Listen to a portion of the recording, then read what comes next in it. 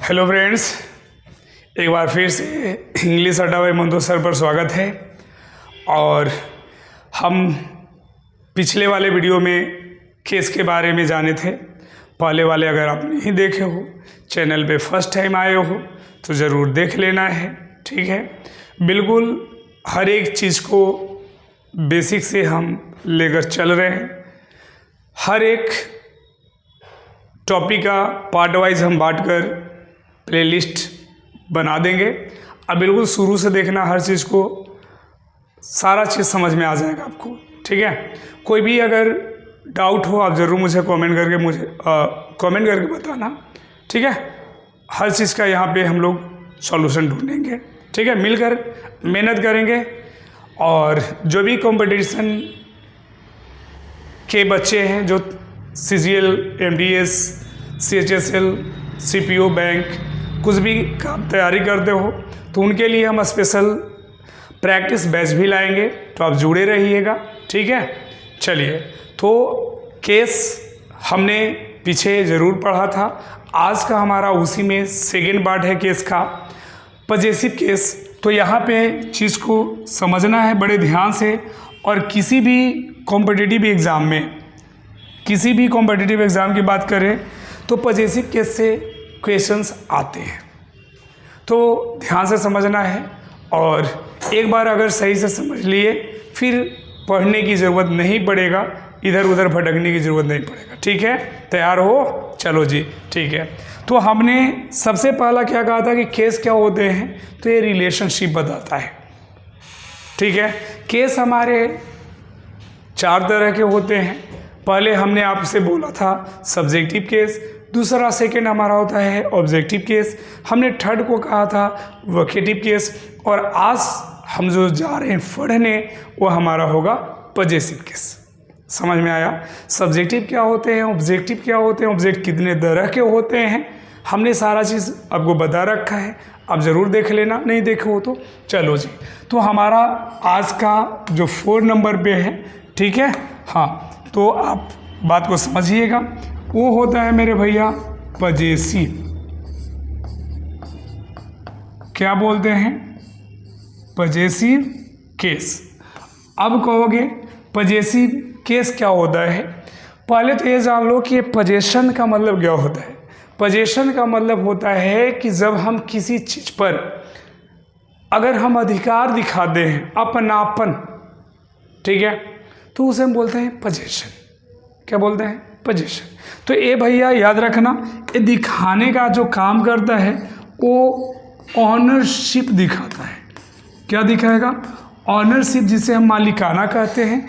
या कभी कभी किसी वाक्य में देखना, ये रिलेशनशिप भी दिखाने का काम कर देता है।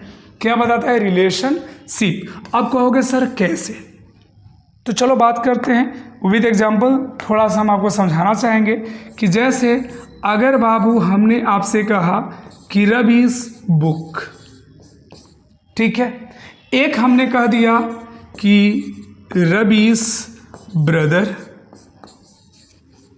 ध्यान से देखिएगा दोनों सेंटेंस को। तो एक चीज़ आपको यहाँ दिखा कि सर फर्स्ट वाले में हमने रबीज बुक जो कहा, यहाँ पे जो अपस्ट्रफी लगाए हो, एक क्या दिखाने का काम कर रहा है, तो एक कर रहा है भैया ऑनरशिप। क्या बता रहा है? ऑनरशिप। ये मालिकाना दिखा रहा है। जब हम किसी वस्तु पर अपनापन दिखाते हैं, है ना, अपना जताते हैं कि मेरा है, तो हम मालिकाना ही तो दिखाएंगे। ये ऑनरशिप बता रहा है। ठीक है, लेकिन यहाँ पे देखो तो ये जो लगाए हो ये ब्रदर पर, ये ब्रदर के साथ तुम्हारा क्या है भैया? कहोगे सर ये तो रिलेशनशिप बता रहा है। क्या बता रहा है? रिलेशनशिप बता रहा है। तो हमने क्या कहा? ये रिलेशनशिप भी बताता है, और क्या बताता है? ये आपका ऑनरशिप भी बताता है। समझ में आ रहा है कि नहीं आ रहा है?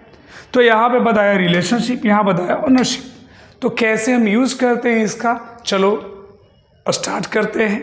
ठीक है, चलो जी, तो बहुत बढ़िया।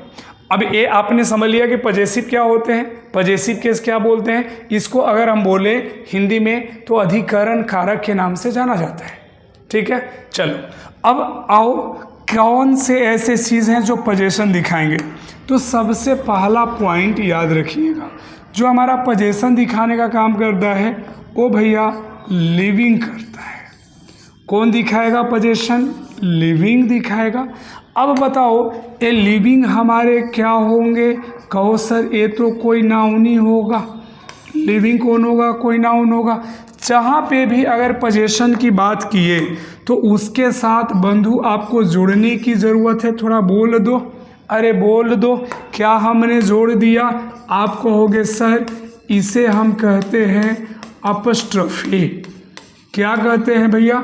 ये अपस्ट्रफी है। जब एस लगाते हो तो इसे पढ़ देना है अपस्ट्रफी एस। पॉइंट समझ में आया? के बाद आपको जोड़ने की कोशिश करनी है। इसके बाद आपको लगा देना है भैया पोजीशन, जिस पे तुम अधिकार दिखा रहे हो। तो ये बना हमारा स्ट्रक्चर। कहो सर कैसे? जैसे बंधु अगर फॉर एग्जाम्पल हमने आपसे कहा कि राम बुक, बोलो तो किसकी किताब है जी?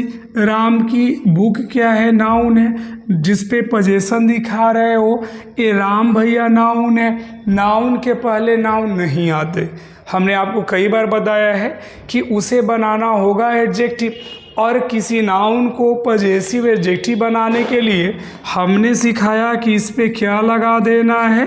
Apostrophe S. क्या बन गया? राम्स बुक। इसी बात को आप बोल सकते हैं द बुक ऑफ राम।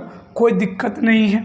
अगर मान लो कि एक और सेंटेंस हम ले लिए, कह दिया भैया कि मोहन कार। किसकी कार? मोहन की। बोलो कार क्या है? कहोगे सर नाउन है। नाउन के पहले मोहन भी तो नाउन है, नहीं आना चाहिए। इसको एडजेक्टिव बना दो। क्या लगाना सही होगा? Apostrophe S. तो बनेगा मोहन्स कार। कोई दिक्कत है? समझ में आ रहा अपस्ट्रफी का यूज़? हमने कहा लिविंग के साथ क्या लगाना है? Apostrophe S. कोई भी नाउन होगा जब लिविंग होगा तो हमने क्या लगाया? अपस्ट्रफी।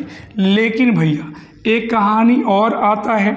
अगर मान लो दूसरा हमारा स्टार्ट होता है, एक लिविंग है तो दूसरा क्या होगा? नॉन लिविंग होगा। अब बोलोगे अगर कोई नाउन नॉन लिविंग हो तो कभी भी इसके साथ लो जी हमने लिखा नाउन। कैसा नाउन लिख दिया? Non living. अगर नॉन लिविंग है, अगर आपने गलती से क्या किया? अपस्ट्रफी लगा दिया। के बाद बबुआ हमने लिखने की कोशिश की पोजीशन। ध्यान से समझिएगा। तो ये कहानी गलत माना जाएगा। जब नाउन नॉन लिविंग हो आपने अपस्ट्रफी लगाया तो इसे कहो सर ये गलत है, क्योंकि नॉन लिविंग बेटा कभी पोजीशन नहीं दिखाते। अगर मान लो कि ये मेरा पेन है, आप ले लोगे, हम बोलेंगे मेरा पेन है दो, क्योंकि हम एक लिविंग है, हम अधिकार दिखाएंगे।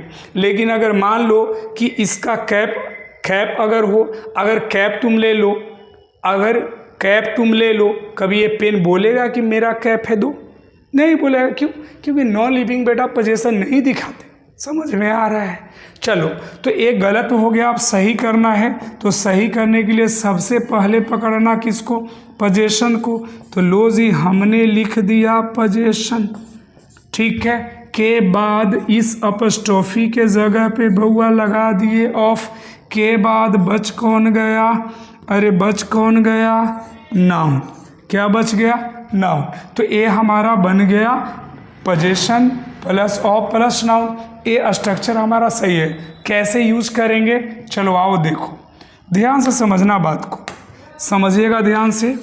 अगर मान लो कि हमने आपसे कहा टेबल्स लेग, बताओ तो ये टेबल लिविंग है कि नॉन लिविंग है? आप कहोगे सर बिल्कुल नॉन लिविंग है। तो नॉन लिविंग है भैया, तो सही कि गलत? कहो गलत। ठीक है। अब बताओ, अब ये लेग है भैया, सबसे पहले पकड़ो लेग को। के बाद इस अपस्ट्रॉफी के जगह पे हमने लगाया ऑफ। बचा हुआ कौन है? बोलो ना। अरे कहो सर टेबल बचा है, तो बना क्या? Leg of table. ए वाला क्या हो गया? सही हो गया। समझ में आ रहा है? अब एक बात और सीख लीजिए, याद मेरे भाई याद रखना, ये लेग ना एक नाउन होता है। ऑफ को बोलते हो प्रीपोजिशन, टेबल भी नाउन होता है।